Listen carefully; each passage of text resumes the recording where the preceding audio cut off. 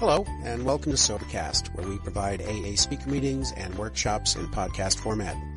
We're an ad-free podcast, and if you enjoy listening, please help us be self-supporting by visiting Sobercast.com, look for the donate link, and drop $1 or $2 into our virtual basket. We hope you enjoy the podcast. Have a great day. My name is Dick, and I'm an alcoholic.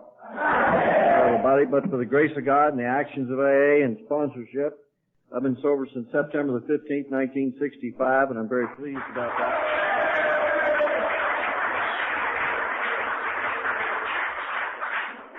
The key to sobriety, in my mind, and has been ever since I first came into Alcoholics Anonymous, was the fact that I had a sponsor, that I had somebody from the very beginning to be able to translate AA for me, because I didn't understand AA.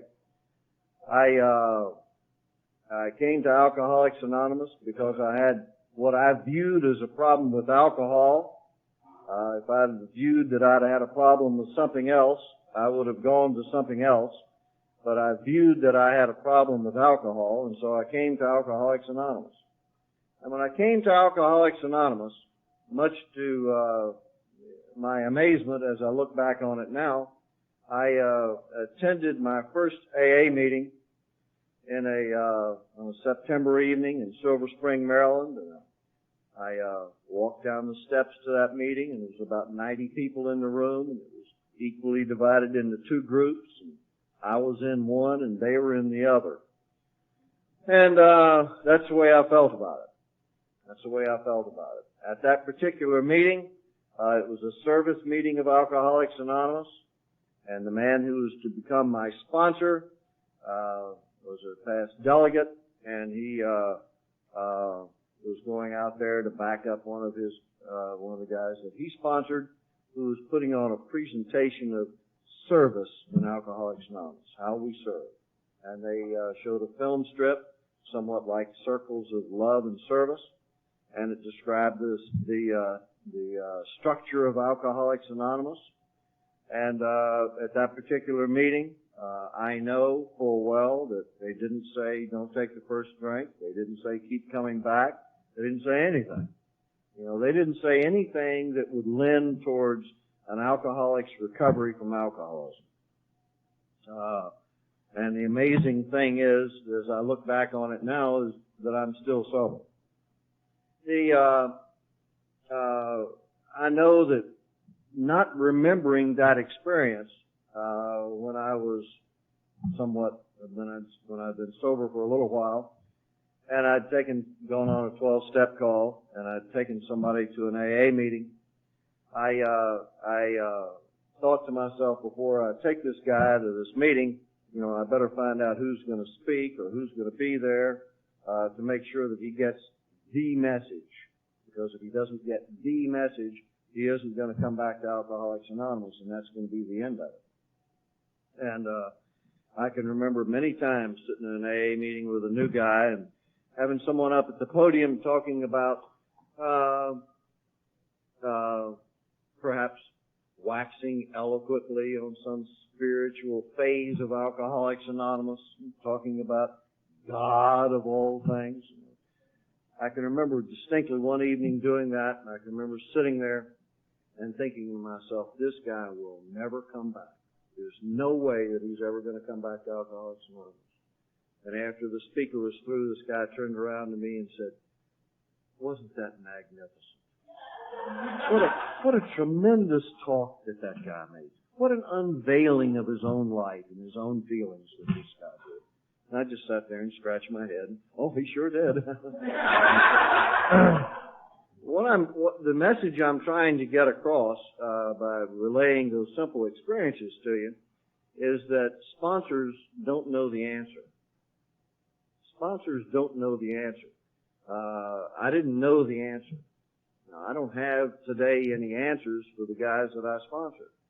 Sponsors don't supply answers. What the sponsor is supposed to do is to encourage the people that they sponsor to place themselves in the environment of recovery, which is an AA meeting like this, or a conference like we're going to this weekend, or like sitting over a cup of coffee at Village Inn or some coffee place, or sitting over a cup of coffee over a kitchen table, or riding to and from meetings with someone who's been sober longer than you are and getting the information from that direction. I really think that I learned much more coming and going to meetings and over cups of coffee in various and sundry places aside from AA meetings than I ever did in an AA meeting. But taking someone to an AA meeting does something else entirely. And what it does is it shows them the diversity of the Fellowship of Alcoholics Anonymous. It shows them that there are both men and women, and they're young, and they're old, and they're fat, and they're skinny, and they're tall, and they're short. Some of them have brown eyes, and some of them got blue eyes. You know, they're girls and boys, and somewhere in between sometimes. But all sorts of people at all ages. And that, as a matter of fact, what ends up happening, it's that conglomerate of experience and the experience of seeing those people which can encourage anyone to stay sober. If you go, or I go on a 12-step call, for an example, they think that AA is filled with people like you or I, because we're the only ones that they know. We're the only representative of Alcoholics Anonymous that they see. And so if I go on a 12-step call and it's a young man, he thinks that everybody in AA is ancient. I'm not really ancient. But, I feel like I'm ancient sometimes. But the point about it is, you or I, wherever we are a representative of Alcoholics Anonymous. And we have to remember, accordingly, to be attractive members of Alcoholics Anonymous. And to base what we say on a matter of principle and a matter of the program instead of a matter of opinion. We all have opinions. I have opinions on just about everything, and if you're interested in what my opinion is on something, I'll be glad to talk to you after I'm through here. But it's the conglomerate of experience in attending meetings. It's the conglomerate of appearance in it. When you attend a meeting, that is the attraction. It is not anything else. We absorb when we're new a feeling that it's going to be okay. We don't know that it's going to be okay. We don't make any intellectual decisions when we're new in Alcoholics Anonymous because we can't, because the intellectual decision maker has been scrambled, and it's not capable of making good decisions because, and that's obvious, by the way, and if you have any question of that, and if you're new, my answer to that is, why are you in AA if you make good decisions? You know, we're not people who make good decisions and come to AA. You know, I will admit that the only decision I ever made that was good before I came to AA was a decision to go to AA. And I came about that in a very, very difficult way. I came to Alcoholics Anonymous because there wasn't any other place for me to go. I exhausted all of the other avenues. And that's what everyone else does. In my experience, that's why people come to Alcoholics Anonymous, because in their mind, they have exhausted all other avenues for a potential recovery. And if that is in their mind, if that's the reason why they come, not that they were sent by their boss to keep their job or their spouse to keep their marriage or whatever it happens to be, or the police or the courts, but if they go because they have exhausted all other methods, then they have something that is kind of nifty that most of us seem to acquire after we get here, and that is they acquire a desire to stop drinking. Now, I acquired a desire to stop drinking through some very simple processes.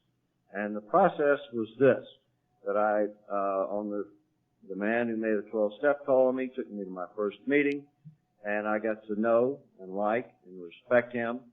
And I saw and met in subsequent weeks, days and weeks, people that he sponsored and others whom I began to like and respect and get to know. And if you get to like and know and respect people, what happens is you want to be like they are. And I discovered that I wanted to be like these people were. And I looked at them and tried to figure out what it was that they had in common. And what it was that they had in common, as I saw it, was a desire to stop drinking. And so I felt then that I had a desire to stop drinking. When I was new, I didn't. Because I didn't have a desire to stop drinking initially, because physically I was withdrawing from alcohol, my sponsor suggested to me that I take some various and sundry courses of action so that I would feel more comfortable. He said, "You're not a diabetic, are you?" And I said, "No." And he said, "Well, what I suggest you do then is to eat sugar when you feel like taking a drink. Eat something sweet. Eat a candy bar. Go get a milkshake. Drink a Coke. Do something. But take something sweet into your system, because the sweet will give you a physical sense of well-being. Because alcohol in itself, when it goes into the bloodstream, is converted in large part to sugar. So your body is used to having a lot of sugar in it. So what you do is you eat a large amount of sugar when you're new, generally in AA, because it gives you a physical sense of well-being. It just makes you feel a little bit better. We worry about the weight that it puts on afterwards. I came into AA and I weighed about 155 pounds. I was 33 years old, and a little over a year later, I weighed 205 pounds. So then I had to do something else. I go on a diet and lose that. It's never ending. But regardless of that, by the time I got around to the point where I weighed 205 pounds, it was kind of an interesting sort of thing. I felt good about myself and good where life was, and my life was 1,000 times better than it had been when I came into AA. It was just 1,000 times better. And I felt so much better about living, so much better about myself. I had begun to develop a little bit of self-confidence and some dignity, and I felt like it was okay. Like life was okay. And I began to feel like it was okay to be a member of Alcoholics Anonymous. It's all right to be an alcoholic, because I felt better. And I was beginning to develop the self-confidence that I believed, quite frankly, that it was really okay with the rest of the world if I was a member of Alcoholics Anonymous. And as I look back on it now, I can tell you that if I had asked any of those people, they would have said, not only is it okay, it's preferable, because they preferred me sober than drunk. Those who cared for me preferred me that way, and those who didn't care for me preferred me that way. Even my enemies liked me better sober. But I never gained this all by myself. This wasn't something that I did by myself. I have a friend who says that staying sober is just like having sex. It's a hell of a lot more fun with somebody else. And so I want you to know, if we see you wandering around the meetings and by yourself and trying to do it by yourself, we also know what the hell else you're doing. So I came to Alcoholics Anonymous, and I didn't want to go to Alcoholics Anonymous. It was the last place in the world that I wanted to go. I really didn't want to go. I knew it wouldn't work. If I'd have known what AA really was, I would have really known it wouldn't have worked. So I'm glad I didn't really know, because if I'd have known what AA really was, I never would have come to Alcoholics Anonymous. I never would have showed up. Never would have walked in the doors. I'm glad that I didn't learn what AA really was, except on an incremental basis, that I learned it a little bit by little bit by little bit, so that I could learn to tolerate it and live with it and be comfortable with it. I spent a lot of time with my sponsor. First thing that he told me to do is, he says, I don't want you to take a drink one day at a time. I don't want you to take a drink. I don't want you to smoke any of those funny little cigarettes with no names on them. I don't want you to take in anything in your system that is going to change you from the neck up. He says it's okay to take aspirin. Anything else, call me and talk to me about it before you take it, to make sure that it's not going to disturb you and to prevent you from getting the message that you need to hear. And later on, the words that I heard in reference to that, and which I believed my toes, is you don't drink and you don't use no matter what, even if your ass falls off. And I really believe that. And I believe that because of my experience in trying to help people. Once they start drinking or using, and then they're in that process, they don't hear what you have to say. They just can't hear what you have to say. It goes in one ear and right straight out the other. And so you can't be of any help. And I don't want to put myself, nor do I want to see you put yourself beyond any aid. And I'm talking about not only human aid, what little we can do, but I'm talking about any aid that you can gain from a higher power as well, because it's impossible. It's impossible because it's almost like having a lobotomy, a chemical lobotomy, and it prevents you from being able to think clearly. So I came to Alcoholics Anonymous, and I attended that meeting, and I went out afterwards to a hot shop, and I had a hot fudge ice cream cake with marshmallow on it, and a Coke. I hadn't eaten anything like that in years. It's a wonder I just didn't puke right there. But I felt a little bit better after doing it. I didn't feel like I was going to fly apart. Now, I still had to sit on my hands because they were wiggling, but I didn't feel like I was going to really fall apart. I felt if I sat on my hands, they wouldn't, just fly off with my arm. So I was able to feel a little bit better. I was told when I got to work the next day to call my sponsor. And I picked up the phone and I called him. And he said, what I want you to do, he says, when do you think that you can get away from the office? And I said, because I was an outside salesman, and he knew that. And I said, well, I think I can get away in about an hour. He says, okay, I will meet you downstairs. Have your nose pressed up against K Street, and I'll pick you up. And so I went down there, and an hour later, and he picked me up. And he started telling me more about AA. And I was really fascinated about Alcoholics Anonymous. I was fascinated about it because I really needed something, and I began to get the glimmer of a hope through the translation that my sponsor gave me, that maybe I could stay sober too. Just a little bit of hope. Maybe I could stay in AA too. Maybe. I really didn't know that I could, but I thought maybe I could. Because he had been sober for 12 years.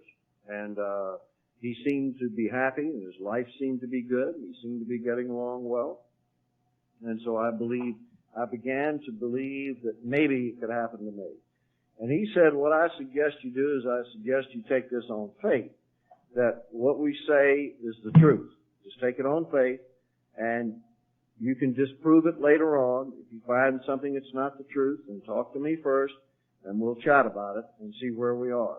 But he said, primarily what I want you to do is take it on faith. Take it on faith that it works. Take it on faith that you can do it. Have a little faith in yourself. Have a little faith that, because at that time there were some 200,000 people sober in Alcoholics Anonymous, that maybe you can stay sober too. Maybe you can join with us and do what we do and stay sober. And so I went along. I played his silly game. He asked that I not take a drink one day at a time, and that I call him on a daily basis, that I go to a meeting every night for 6 weeks, and that I spend as much time with him and other AA members during that first 6-week period as I could. He told me that there's no such thing as a dumb question. There are a lot of dumb actions, but there's no such thing as a dumb question in AA. And he says, if you hear something in a meeting that you don't understand, or something is going on that you don't understand in AA, ask me about it. Let me tell you what it is. And he says, I'll tell you what's going on. He said, because there are no dumb questions in AA. There's just no such thing. There are a lot of dumb people who don't ask questions, and they fail. And he says, you don't have to fail. You can stay sober and live a good life. He told me from the very beginning one thing that I really wanted to hear.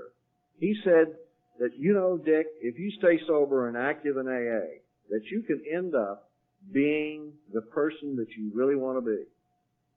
You can be as loving as you want to be. You can be as bright as you can be. You can be as good an employee, you can be as good a son, brother, husband, whatever it happens to be. The only things that are going to slow you down is if you drink or use, is the first thing, and your own desire to do and be that thing, and your own intellect. Because there isn't anybody else going to stop you from doing anything. You can be whatever you want to be. And I thought to myself, as I had thought sitting on many a bar stool, I thought, what I would like to do is I would really just like to be a man. I would really like to feel and act like a man. And as my sponsor says, the desire to feel and act like a man is what drove him to continue drinking, because he never felt like on the inside what other people looked like on the outside. And that's what I wanted to do. I just wanted to be free to feel like I was a man among men, and in AA a member among members, that I was nothing. I didn't want to feel special. I just wanted to feel equal. Where I came from, equal was good. I mean, that was way up, because I was way down. And I was way down on the totem pole as far as feeling good about myself and good about my fellows.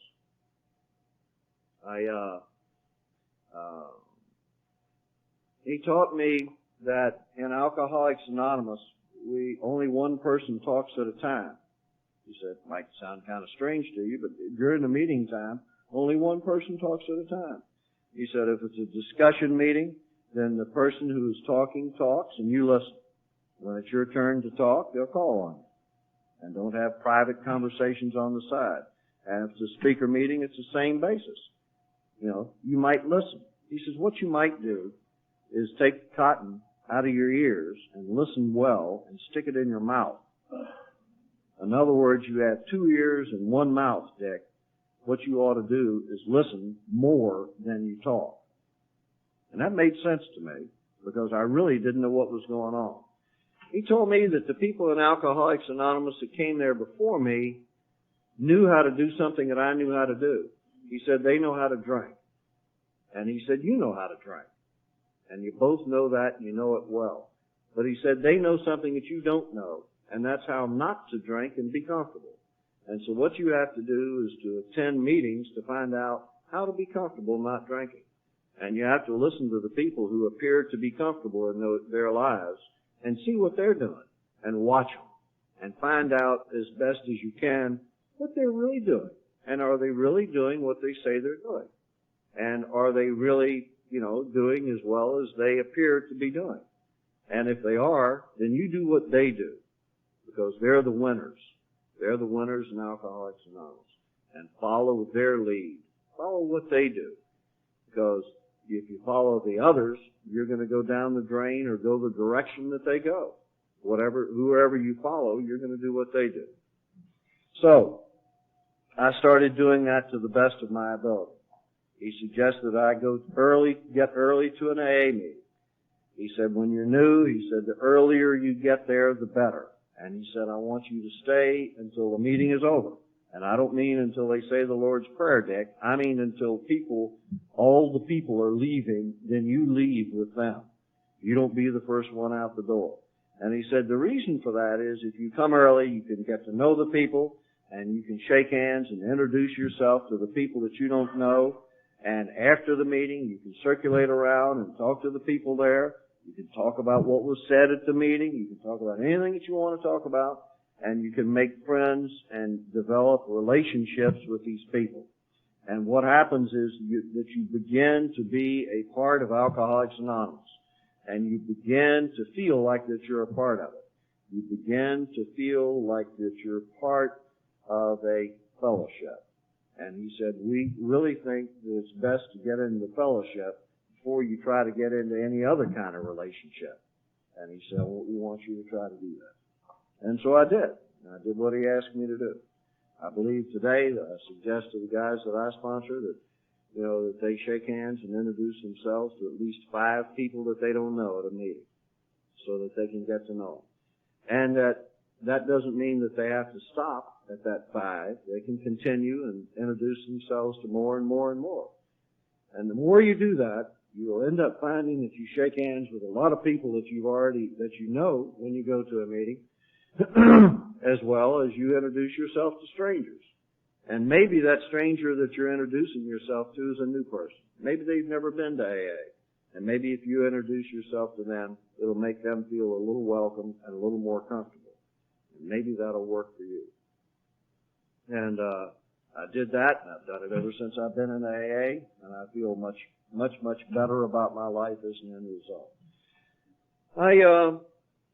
I found that the next thing that my sponsor suggested that I do was to get to some meetings early enough that I could help set up the chairs, or that I could help make coffee, to stay at some meetings and help them clean up afterwards. But always clean up after yourself. Always pick up your chair and somebody else's and put it away. Always, if it's a speaker meeting, you go up and you shake hands with the speaker and you thank them, because they're giving AA the best they can at that moment. And thank them for doing that. You don't have to thank them because they gave a wonderful talk, but just simply thank them because they're making an effort. And they're making an effort on your behalf. They're trying to carry a message to you. So thank them. Say thank you to them. And the thank you can be, thank God I'm not as sick as that son of a bitch, you know. It doesn't make a difference what the thank you means. Just say thank you. And thank every speaker. That way you don't have to make any judgment on whether they made a good talk or a bad talk. Just thank them. It's simple. It's really simple. Just say thank you. Another thing that I was led to believe that if in fact that I was an alcoholic, and I knew that I was when I got there, then perhaps I could see that my alcoholism had brought me to the point where I had to do something about it, even to the point where I had to go to Alcoholics Anonymous, of all the dreary places to go in my mind. And he said, if it comes to that point where you can't manage your life any better than that, he says, it must be pretty obvious to you that your life is unmanageable. And I said, yes, it is. And it was. I mean, I owed all kinds of money that I couldn't pay back, and it was just, I had a screwed up life. I had screwed up relationships. I had a screwed up employment. Everything about my life was just goofy. And there's no way that I could see that it could be anything but goofy. And he said, what I suggest you do is to let AA, if you need a new manager in your life, that you're not doing well at it, why don't you let AA be your manager? And I looked at him and I said, well, I don't understand. How do you let AA be your manager? And he said, I will show you. I will show you how to do that. And he showed me how to do that. By example, he showed me how to live the program of Alcoholics Anonymous, which is a principal program for people who are unprincipled. And that is to say that they are not beyond the reach of anybody, the principles of Alcoholics Anonymous. It's a principled program for people who are unprincipled. And he said, you can learn to live a principled life and be happy about it. I thought, well, maybe you can. But I'll be damned if I'll ever, I just can't do those things. I can't be honest, for an example.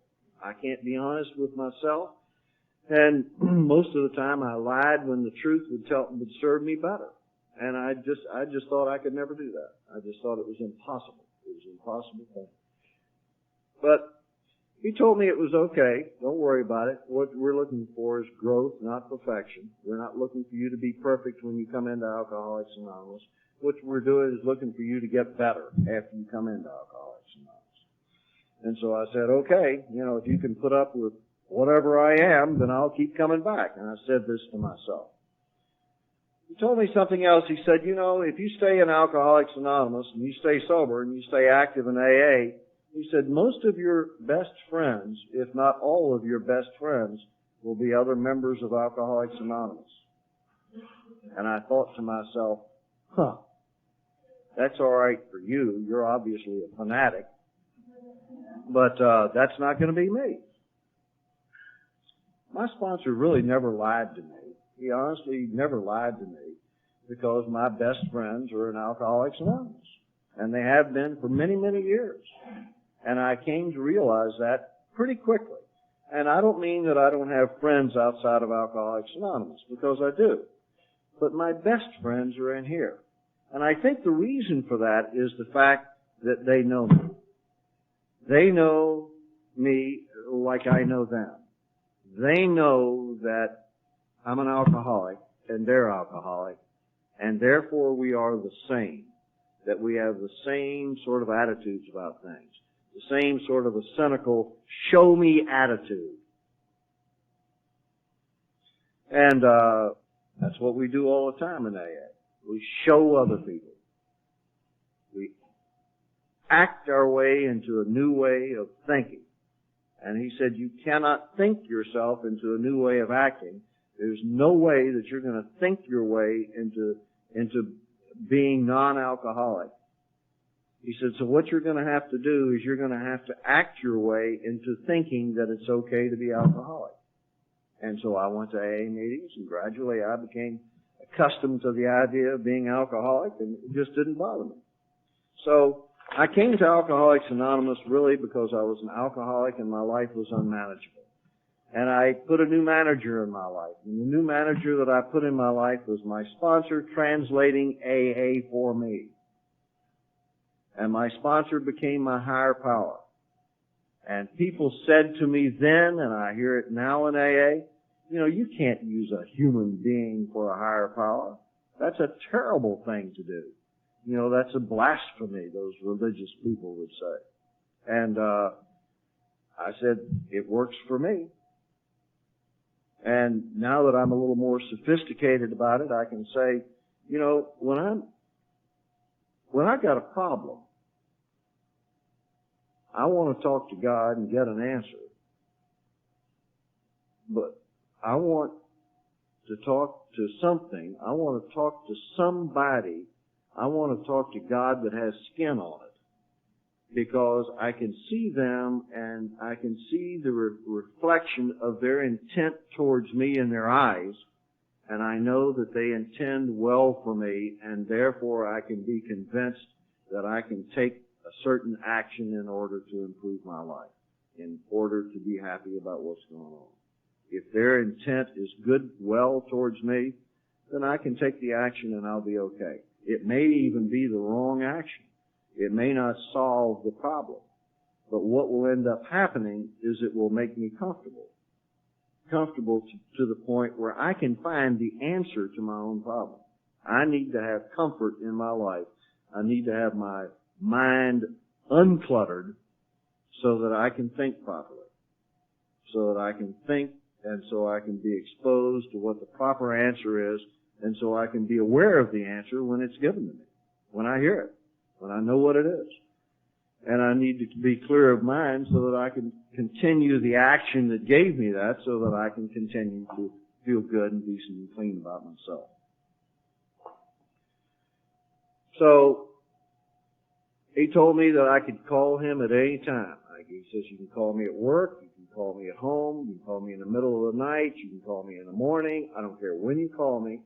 He said, but bear one thing in mind. He said, I like to sleep.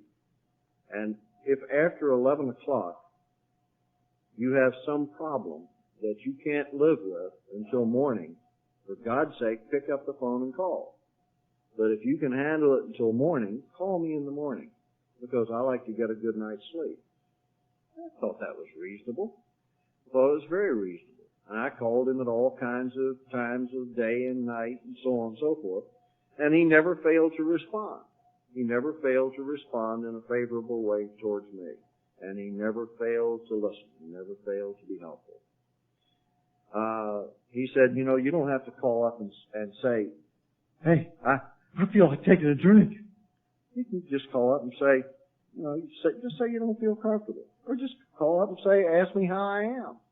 And we'll have an AA conversation. And he says, after the conversation is over, you'll feel better. You don't have to say what the problem is even, but you'll feel better. He says, eventually you might talk about the problem as you feel more comfortable. And as you do that, Perhaps we can find some action that will take you to the point where you can find an answer to your problem. Where we can find an answer. Not you. I don't have to do it by myself anymore. I don't have to find the answer. I can go with others and find the answer. And I can be secure in the fact that they have taken these actions that I'm taking that led them to their answer. I can be secure that as an eventuality, they will lead me to my answer. And that I can feel comfortable with that answer. And that I can stay sober and I can be more comfortable, a comfortable human being. My sponsor taught me those things because he felt that way himself. Because someone did that for him, he did it for me. And he valued what had been done for himself so much that he was willing to pass that along and give it to someone else. He taught me about commitment. He taught me that in order for anything to work, that I had to be committed to it. That I had to make up my mind that I was going to attempt to do it to the best of my ability. And he said, whatever it is, you only have to do it a day at a time. But you have to make a commitment to do it at least a day at a time. And it wasn't too long after that I thought to myself, and I can remember driving down the street with him, and I said, notice how I phrased this, because you can tell where I was when I say it. I said, you people in AA talk about staying sober a day at a time. Now, when I said you people in AA, that means that I didn't consider myself in AA at that time. But I said, you people in AA talk about staying sober a day at a time. But I said, you're not fooling me at all, because you mean to do that forever. And he says, you're beginning to catch on a little bit. And I said, forever. And he said, yeah. He says, it's not bad, the idea of staying sober forever for the rest of your life, if you can do it in small pieces, if you can do it in one little piece. He said, because you're an alcoholic, and once you're an alcoholic, you're always an alcoholic. And if you stop drinking for 5 years or 20 years and you go back to drinking, you're going to go back to it, and your physical condition will have deteriorated because you're older. And it is going to be as if you had been drinking all along. And the effect on alcohol on your body will be much greater than it would have been than it would be right now. And so if I can tell you right now, if the effect of alcohol on my body would be greater on me today than it was then 22, 23 years ago, I need to stay sober, maybe a little more desperately than you do. Maybe a little more desperately than you do. Because my chances of survival are worse than yours if I were to drink again. So as an end result, I know and recognize today that I need AA today more than I needed it when I first came to Alcoholics Anonymous, if you can understand what I'm talking about. I really think that I need it more today. I need to be reminded that I'm an alcoholic and that I can't drink safely and that I can live comfortably without drinking. And I need to be reminded more today of that than I did almost 23 years ago when I came to Alcoholics Anonymous. And that might sound goofy, but that's the truth. Because I would be affected by alcohol much greater today than I was affected by it then. And God knows I was affected by it very badly then. Bad enough that I went to AA. I mean, how bad can you get? He told me not to worry about sleeplessness. He said, you probably aren't going to be able to sleep very well at first. And he says, don't worry about that. That'll be okay. You'll be able to live through it. He said, you can catch up on some of your reading. You might try reading the big book while you're lying there in a sleepless night. Or whatever else it is that you haven't read over the past years of your life that you want to catch up on. And he said, when you're going to be nervous at first when you're in AA. And he said, don't worry about that. He said, because nervousness is good. It's very good for people who are recovering. And the reason why it is because it makes you more alert and you're able to be more aware and to catch on to what's going on around you and know the need for what's being said and know the need of the actions. So he said, it's okay to be nervous. And so I just said, okay, and I just continued to be nervous then. What the hell? As if I had a choice. But he told me, that I might start itching as a matter of withdrawal from alcohol. And if my skin started itching, what I could do is I could put a little baby oil in the bathtub and just get in there and soak down. And he says, every time you take a bath with a teaspoon of baby oil. And he says, you'll be fine. Your skin will be nice and soft and tender. And he told me that you may wake up at night or in the morning and your limbs may be asleep. Your arms may be asleep or your legs may be asleep. And he said that's a natural condition because your drinking has hurt your circulation and it's hurt your nerve endings in your extremities. And as an end result of that, it's going to take some time to repair that. And so it'll be time, but in time you'll wake up and you won't have your arms and legs won't be asleep. They'll feel okay. And he told me of physical things that I was going to be feeling. And he told me how I could expect to react to them, and he told me what I could do about it so that I could feel more comfortable about what was going on, and I didn't have to call him up in the middle, 4 o'clock. I just woke up, my legs were asleep. However, everyone do that, and I'll say, why don't you wake them up?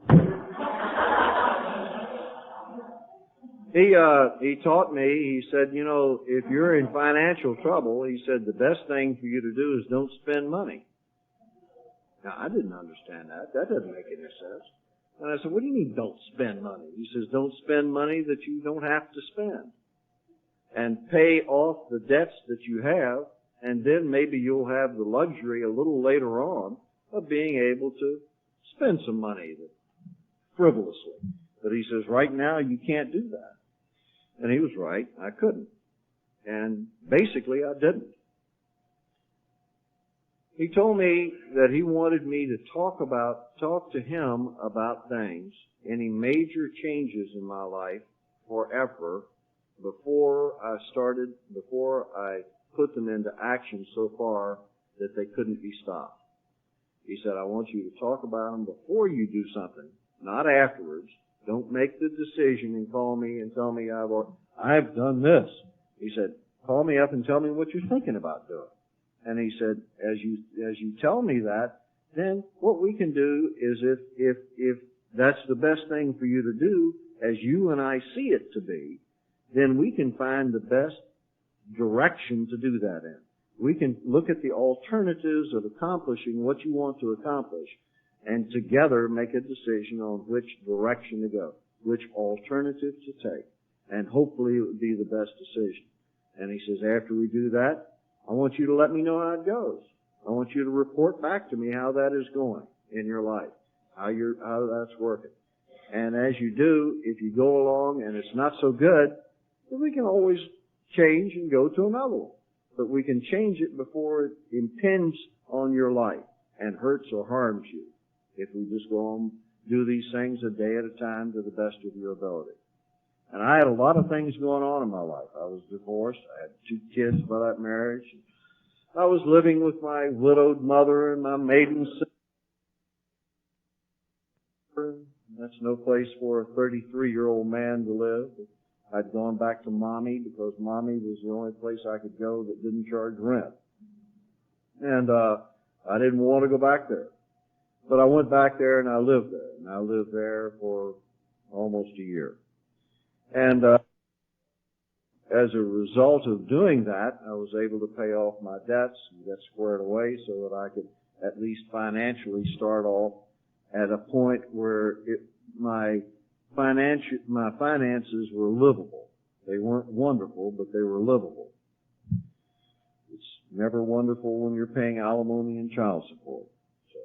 But I did that every month on time until I no longer had the responsibility to do it. One of them I did for 18 years.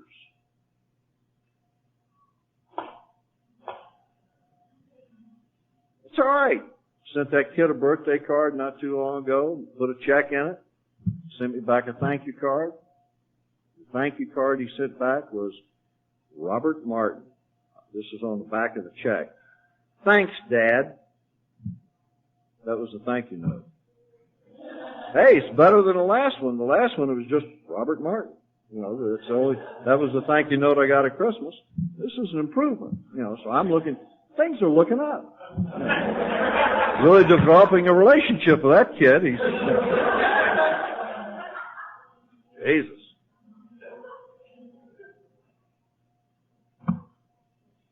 But I don't have to do anything about that except to be open to improve the relationship and do those things that a father should do. I can act like a father. I can't be a father, but I can act like a father. And a father would send his son a birthday gift. So I send my son a birthday gift on his birthday. And I can act like I'm a father, even if I'm not a father to him. And I learned that it's okay to do that. I learned that it's okay, even if you don't feel like a man or if you don't feel like a woman, it's okay to act like a man and act like a woman and not be a wimp and not bow into your own fears. I've learned that I don't have to act like I'm afraid. I can take the action of walking through the fear and look back on it and say, oh, I could go all the way to Massachusetts, in fact, with fear all the way. And I could come back and I'd say, oh, gee, that wasn't so bad.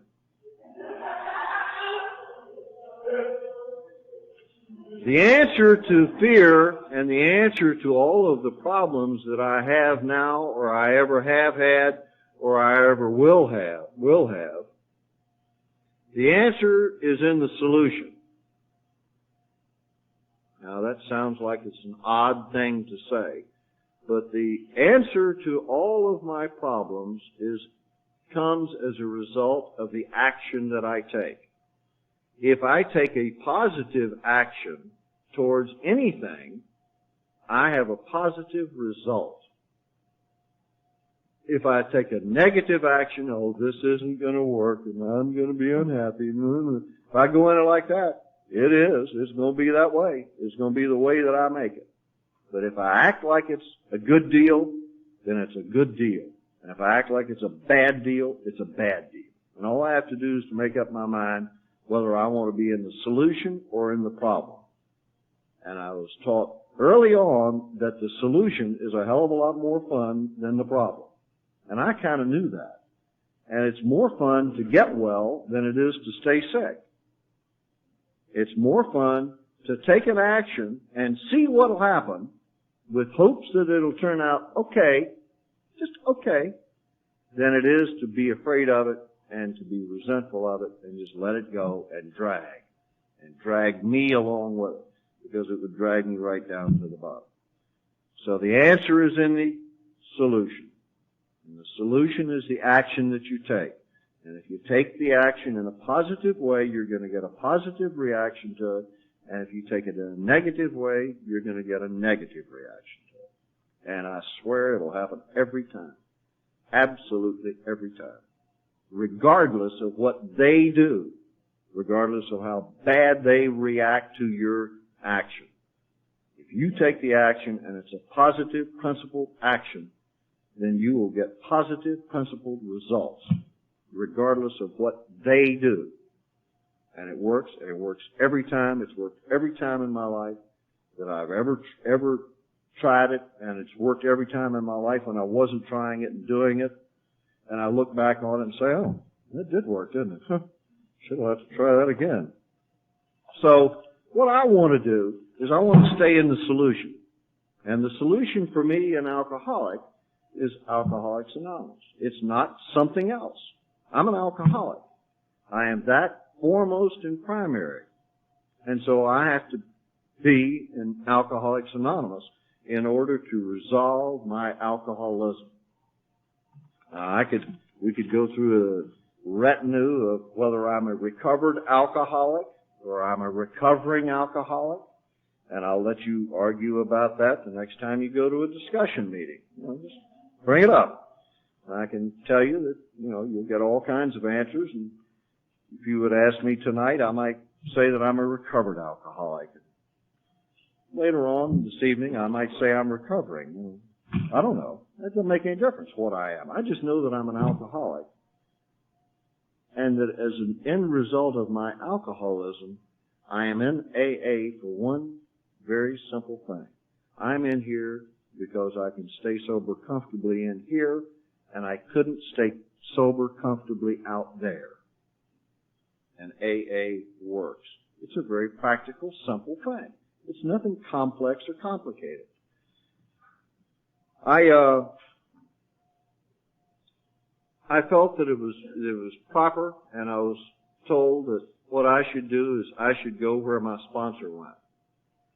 And that I should, if he was speaking, I should go where he was speaking, if it was at all possible for me to do so. If it was at all reasonable for me to do so, that I should go there. And the reason is that, very simply, I think, to tell you the truth, I think that he thought that he knew the answer for me, or he knew the solution or the actions for me. And he didn't want it to get jumbled up so I would go off to the side somewhere. And I think probably in the first year I was sober, I probably heard him speak 200 times. I could have given his talk as good as he gave it, to tell you the truth. And he taught me that Alcoholics Anonymous is a place where, as an eventuality, you may find yourself wishing to stay here. And he said, don't try to make any emotional decisions. He suggested that there's an awful lot of good-looking gals around AA, but that I shouldn't look at Alcoholics Anonymous through my fly, that I should just keep my fly zipped up, and I'd probably stay out of a lot of trouble. And he said, the best thing for you to do is just imagine an evening with one of those young ladies. And you just imagine it every time you go to a meeting for about 7 or 8 times. And he said, after 7 or 8 times seeing her, he said, the chances are you wouldn't want to have anything to do with her anyway. He said, it'll kind of save you a lot of trouble. Girls, that works the other way too, I can tell you. It really does. It really does. So, he wanted me to go to meetings. He wanted me to regularly attend AA. He wanted me to not turn down any AA requests. That is to say, if I was requested to speak or participate in AA in any fashion, if it was at all possible for me to do so, and even if I had to go out of my way to do it, that I should honor that request. And when I say honor the request, that means do it with honor. Do it with integrity. Do it the best you can. And he told me, he said, after you've been sober for a while, he said, you're going to end up adjusting your meetings somewhat. You're not going to be going every night. And I said, well, how do I know what to do? I said, how many meetings should I go to? What should I do on that? And he said, there are 2 times to go to meetings. He said, when you want to and when you don't want to. And he said, when you want to, obviously you're going to go. And when you don't want to, you obviously should go. And he said, by the way, as you get more sober, you will find that there's a time somewhere in between. And whatever that time is in between, call me first to make sure. But maybe you can stay home that night. Okay, that was all right. That was a fair deal. So I did that. After I'd been sober for a while, I learned in AA that the chances of being able to stay sober on a continued basis on 1 meeting a week wasn't too good. And the reason for that is, no matter how you work the calendar, if you're going to 1 meeting a week, at some point in time, that night is going to fall on Christmas Eve and New Year's Eve the next week. And you can't help it. It's just going to work that way. And, you just can't change the calendar because that's the way it works. And he said, so maybe you have a conflict and you can't go on Christmas Eve and you can't go on New Year's Eve. Maybe you plan to do something else. And that means that there will be a period of 3 weeks where you won't have been at AA. 3 weeks. He said, that's a long time. And he said, when the time comes that you can return to AA and go back to a meeting, you'll probably think to yourself, I haven't been to a meeting for 3 weeks and I feel fine. I think I'll just stay home tonight. And he said, you'll stay home. And as an eventuality, most of the people who do that also drink. Not all of them, but most of those people drink. And he said, I will point out to you some people who have done that and have come back to Alcoholics Anonymous as they come back. And he did. And he pointed out a guy that had been sober for 17 years. And he came back to Alcoholics Anonymous, and we would call him a street person today, but he was a derelict. He was a bum. And he had the hardwood floor franchise for Washington, D.C. area after the war, when they were building all of the houses that they were building, and they put hardwood floors on them. And he was a multi-millionaire, and he lost every damn bit of it. He went back to drinking and lost every bit of it. I saw him come back to AA, and he never did get to stay sober again. He died drunk. So he said, 1 meeting a week ain't going to hack it. He said 2 meetings a week you can stay sober. But he says, I don't think that you can really be happy, and I don't think that you can really grow. And he said, I think on 3 meetings a week that you can be happy, and that you can do pretty good, and that your life will work out all right.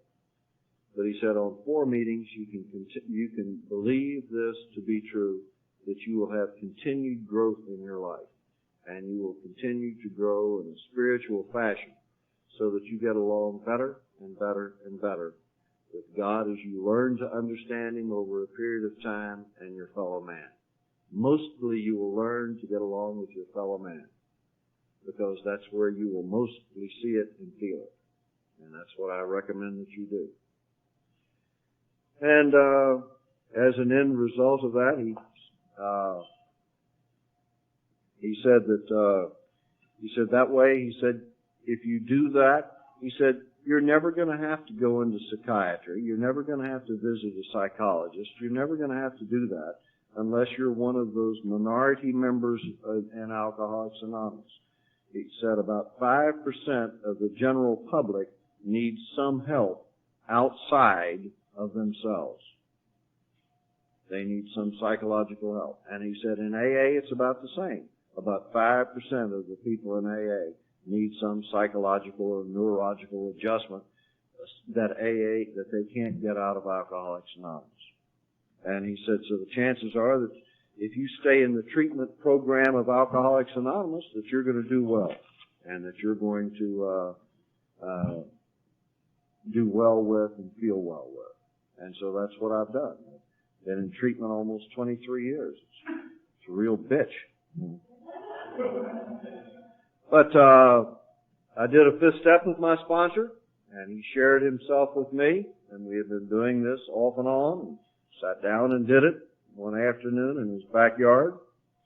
And I want you to know that I shared some of the things that I'd done. He shared some of the things that he had done. He did some things that I never even thought about doing. I mean, really, I never thought. I've been thinking about doing them ever since. Maybe I'll get there. He taught me that, he says, when you go to an AA meeting, act interested. Feign interest. Pretend to be interested, even if you're not interested. And he said, if you act interested, you will become interested. And you'll feel much more a part of what's going on around you. And so I tried to do that.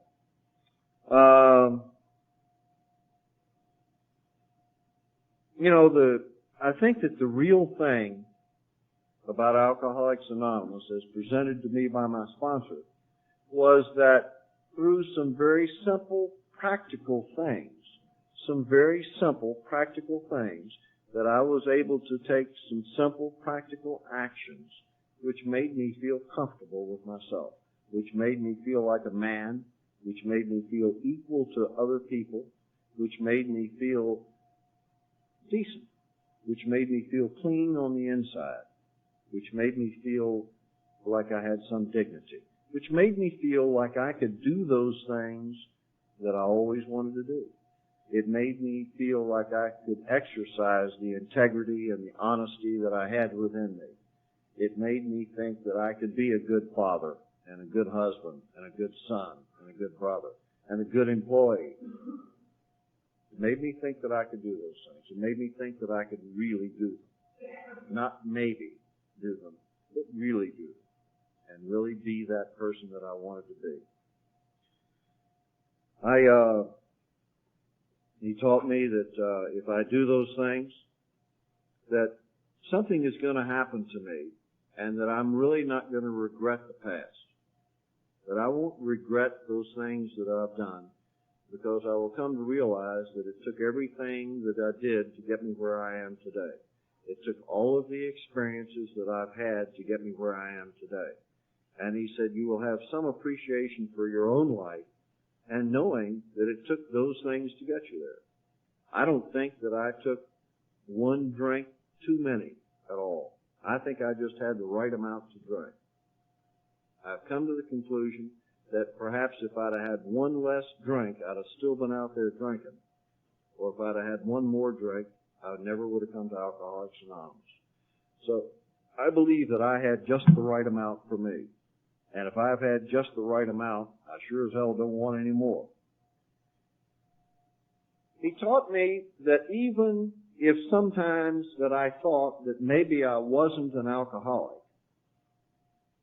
and he said, by the way, only alcoholics question whether they're alcoholics or not.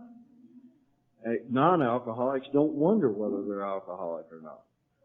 Alcoholics wonder whether they're alcoholic or not. If you're sitting here tonight wondering whether you're an alcoholic or not, let me ask you a question. Do you wonder whether I'm an alcoholic or not? You don't really doubt that at all. You don't doubt that I'm an alcoholic. I don't doubt that you are either. So why don't you just stay? Simple. It's just simple. Let's not make this thing complicated. If you're in a meeting of Alcoholics Anonymous, if you're not an alcoholic, what in the hell are you doing here? I mean, people just don't go to AA meetings willy-nilly and with, oh, gee, I think I'm not doing anything this evening. There's not much on TV. I just think I'll find out where there's an AA meeting and see what AA is. Yeah. People don't do that. I mean, they just don't do that. And you didn't do it either. And I didn't do it. We're here because we're alcoholics. We're here because we have a permanent, progressive, terminal disease that people die from.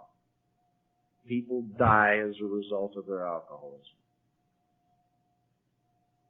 And I don't want to die. And I don't mean the little deaths where you are broke or your spouse leaves you or you lose your job, because those are little deaths.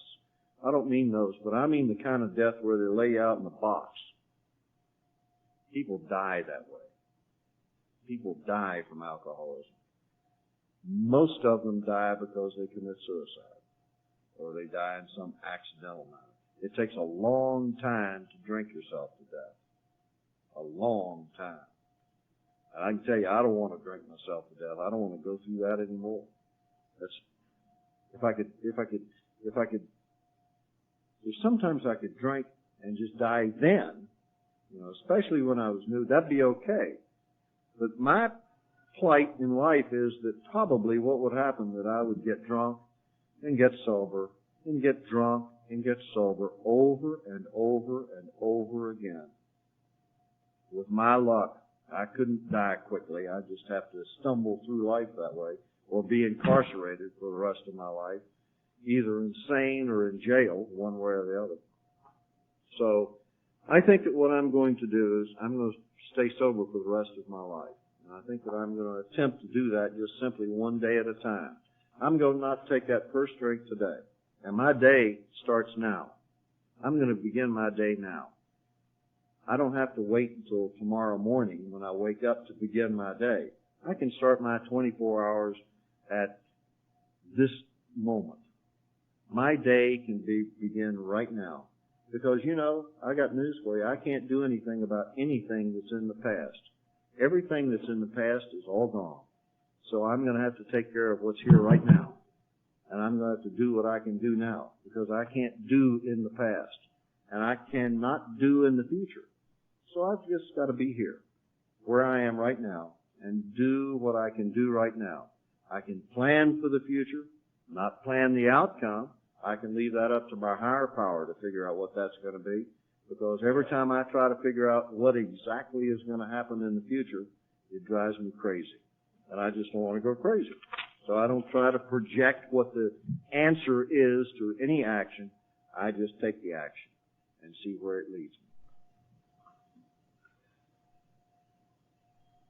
It's kind of funny what's happened to me as an end result of being sponsored and being a sponsor in Alcoholics Anonymous. And the funny thing about it is that I have learned to be the person that I wanted to be. I've learned to be a good husband. I've learned to be a good father. I've learned to be a good brother. I've learned to be a good employee. I've learned to be a good neighbor. I've learned to be a man among men. I've learned to be a member among members. I've learned to get along with other people. I've learned to love other people. I've learned to care for them. And as an end result, what has happened is that they treat me like I'm a man. They treat me like I'm a man among men. My wife treats me like a husband. My children, the one that's around, treats me like a father. I'm treated with respect. My friends treat me with respect and kindness. And I feel good on the inside. I feel like I've always wanted to feel. And what I've always wanted to feel like was that somehow or another that I could do and be a good, decent human being. And I feel today that I'm a good and decent human being. And that I have nothing to be ashamed of. And that I can walk with dignity anywhere I walk. And I don't have to be afraid. I have help to do that. I have a sponsor that I talk to on a regular basis, and he is able to give me actions to take that will be able to continue that process, and I'm sure that I can continue that process one day at a time for the rest of my life. And if that's the way you want to feel, I know that you can do that too. All you have to do is to try. All you have to do is to try. Thank you very much.